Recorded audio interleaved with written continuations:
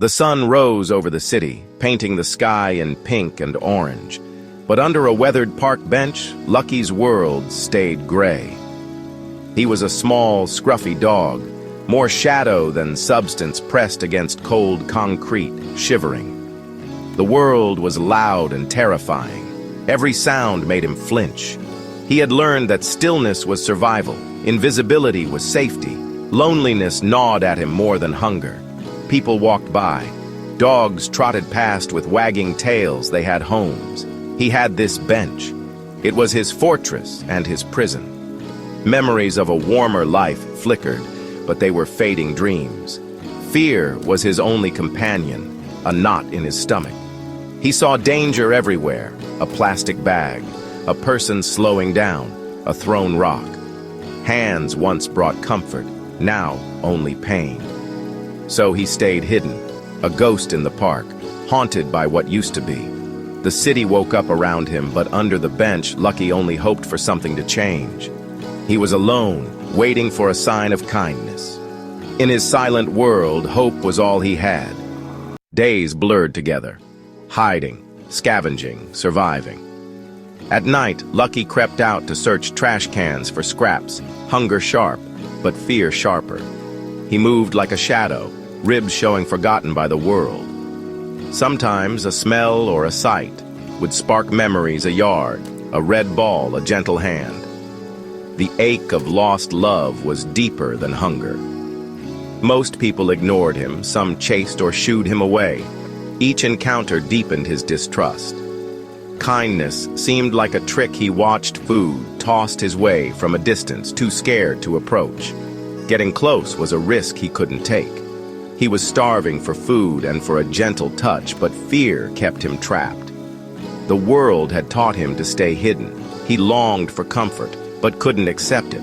Lucky was a prisoner of fear built by cruelty and indifference. One afternoon, a woman in a blue coat sat on his bench. She was different, quiet, still, not distracted by phone or book. Lucky watched, tense, expecting her to leave, but she stayed. She returned the next day, and the next, always calm and predictable. Her scent was soft, clean, and non-threatening. Lucky began to relax when she was near. Her presence became a small island of calm. Then one day she spoke, her voice gentle, talking to the air, not to him. She spoke of the weather, the birds, never asking anything of him. Her voice filled the space with comfort. This became their routine. She sat, spoke softly, never forced an interaction. She gave him space and time, a patience he'd never known. He started to associate her blue coat and soft voice with safety.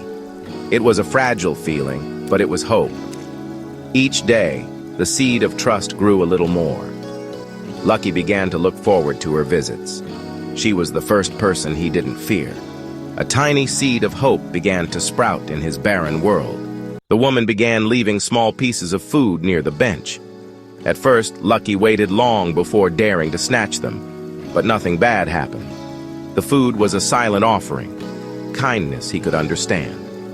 He watched her leave it, always at a safe distance, never looking back. She respected his fear, letting him choose. Each act of trust built a bridge, one breadcrumb at a time. He started to look forward to her visits, seeing her as a source of nourishment for body and soul. One day, she tossed food closer and stayed, sitting still, looking away. Lucky's hunger battled his fear. Her stillness gave him courage. He crept out, snatched the food, and darted back. This became their new game. Each day, the food a little closer. He learned her stillness meant safety. He began to watch her face, noticing her kind eyes and gentle smile. The wall around his heart started to crumble. Lucky took his first steps toward trust. On a cold, rainy day, the woman arrived with an umbrella and a blanket. She tossed him warm sausage, then extended her hand, palm down, inviting but not forcing.